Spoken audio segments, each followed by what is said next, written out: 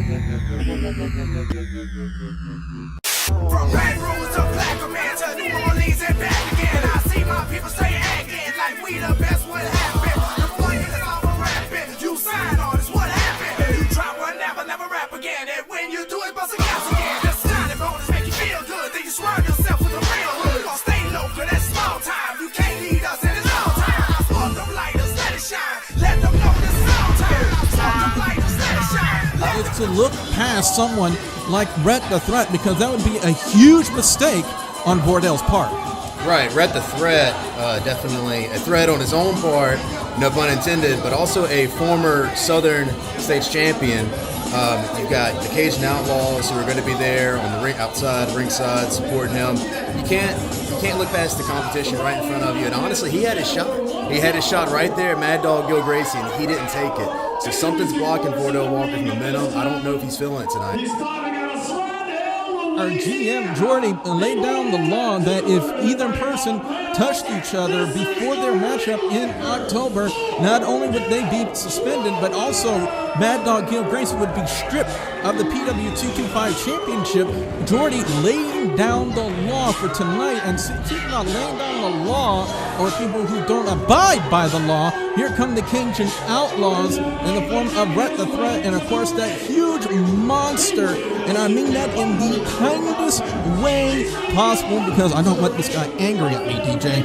I'm talking about Killer Shane behind Rhett the Thrett, and whenever you see Killer Shane, no matter who he's backing, that person is always a threat. Yeah, calm down, Double B, or else I'm going to get Killer Shane over here, and he'll have some problems with those words. But hopefully he doesn't have any problems with Vordel Walker, because if it gets too out of control, we might not even see Vordel Walker make it to Fright Night 2. Well, of course, Killer Shane kind of responsible in a way for Michael White's elimination in the Southern Heritage Championship Battle Royal. I'm pretty sure Michael White and Killer Shane had some words backstage, and hopefully Rhett the Thrett, kind of played peacemaker between those two. But this is going to be an exciting matchup to say the least right now. Rhett the Thrett, another seasoned veteran here in PW225, and of course the current #1 contender, the ring wrecker, Vordel Walker. I've seen Vordel Walker everywhere, and wherever he goes, the #1 thing he likes to do, DJ, is hurt people, and that's exactly what Vordel Walker is all about. Yeah, and I have to imagine that he's going to be trying to hurt that shoulder. Do you know anything about that, Double B? I wasn't aware of a shoulder injury. Yeah, Rhett the Thrett was out for several months with a shoulder issue. In fact, he had to surrender some matches that I was a part of. So, but anyway, we're going to get to this. Not too opportune of a night to show up and return against Vordel Walker. Yeah.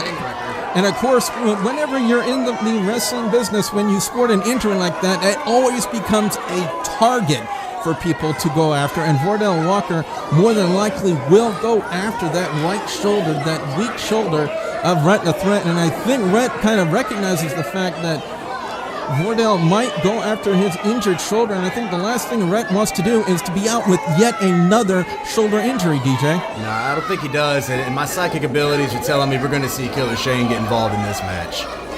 It's either psychic abilities or their personal MMO. You see them sizing each other up, taking a while to get started here. And here we go, collar elbow tie-up, and it's in a side headlock. Goes Rhett the Thrett. Vordel Walker trying to find some way to get out of it, trying to counter it, possibly into a back suplex. Oh, Lord, what a back suplex right there by the ring wrecker, and out goes Rhett the Thrett. His threat level is probably at 0.5 right now.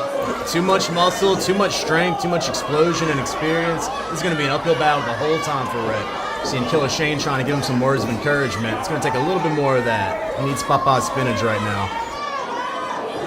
Yep, definitely, and here we go yet again. They're facing off in the ring, collar and elbow tie-up with the ring wrecker and the Threat, and what a go behind right there by Rhett. Vordel trying to find some way to break the grasp. He does into a go behind himself, picks him up, and again just takes him down like yesterday's news.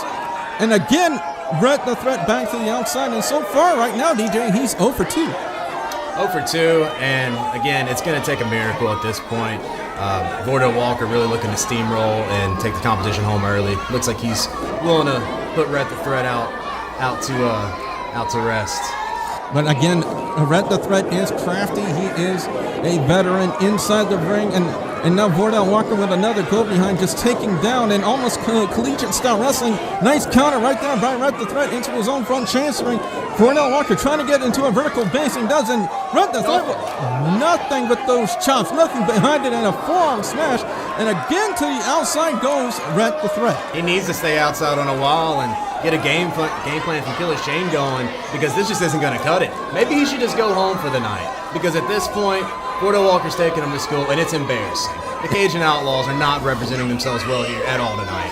Whenever Vordel Walker is vertical, he as dangerous as they come here inside the square circle, especially in PW2 2-5. Oh, and a shot right to the eyes by Rhett the Threat. That's the one place you can't. Oh, Lord, he's dragging him right on the top rope. And again, that's the one thing you can't train, DJ, is your eyes. He's going to have to play his game.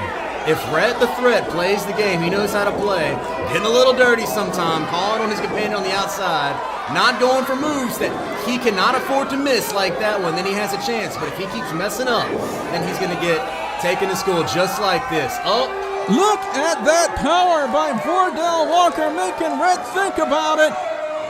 Shades of Davy Boy Smith, the British Bulldog, and a beautiful textbook suplex. Goes for the cover and only a 2.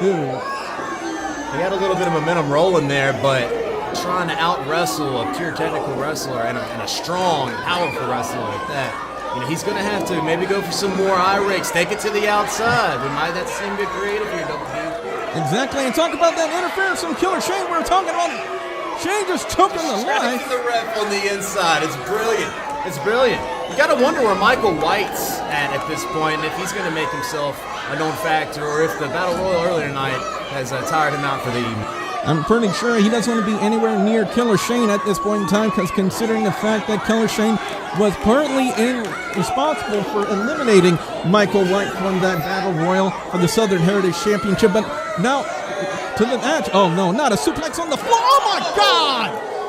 Rhett the Threat might not need help from anybody if he keeps up moves like that. He's got to hit those big moves, and he can really sustain an attack here against, what appears to be a superior competitor. That's a suplex on a concrete floor. No padding, ladies and gentlemen. He's hesitating, though, and that precious time, is allowing Vordel Walker recovery. And now back onto the attack, but with every attack, with every move that Rhett the Threat does, Vordel's got a shot and an answer for him, like that huge right hand right there by the ring wrecker, bringing them both to their knees, just trading right hands. And I think Vordel Walker is the last person, DJ, I want to trade haymakers with. Right, he's going to have to keep targeting the middle section and the torso, because you have to imagine how much damage Vordel took with that suplex on the outside. And look at that wheelbarrow suplex right there by the ring wrecker. But how much does he have left in the tank, especially after taking that huge suplex on the outside? Goes for the cover on the Threat and only a 2 count. That's why they call him the ring wrecker. Such power and explosion. Oh, and another shot right to the eyes. Again, Rhett the Threat will take every cheap shot, he will break every rule in the book that he can to win a match. And, of course, Killer Shane, very leery about having Killer Shane at ringside. We've already seen interference. And talk about interference. There's Killer Shane. There is that ace in the hole that the Cajun Outlaws know that they have. You've got that giant monster of a man with his ham hock of a hands around your throat. You're losing consciousness quickly. Doesn't matter who you are, whether you're Vordel Walker or not, you will lose consciousness when Killer Shane has a goozle on your neck. And now Rhett the Threat, he's feeling it, Double B. Springboard on. He went for the moonsault. Vordel Walker saw it coming and brought the knees up, driving the air right out of Rhett the Threat. Vordel Walker, he's got him up. He's got him up. Sidewalk slam by Vordel Walker. Goes for the cover. And Walker wins it. Now, despite the outside interference from Shane, despite some creative maneuvering from Rhett the Threat, we saw Vordel Walker step up here tonight. He was not distracted by Gil Gracie or his manager, and he got the job done. The ring wrecker proving that it's more than just a moniker, as he basically just wrecked Rhett the Threat in this matchup despite the interference from Killer Shane. Your winner, the ring wrecker, the #1 contender for the title, Vordel Walker.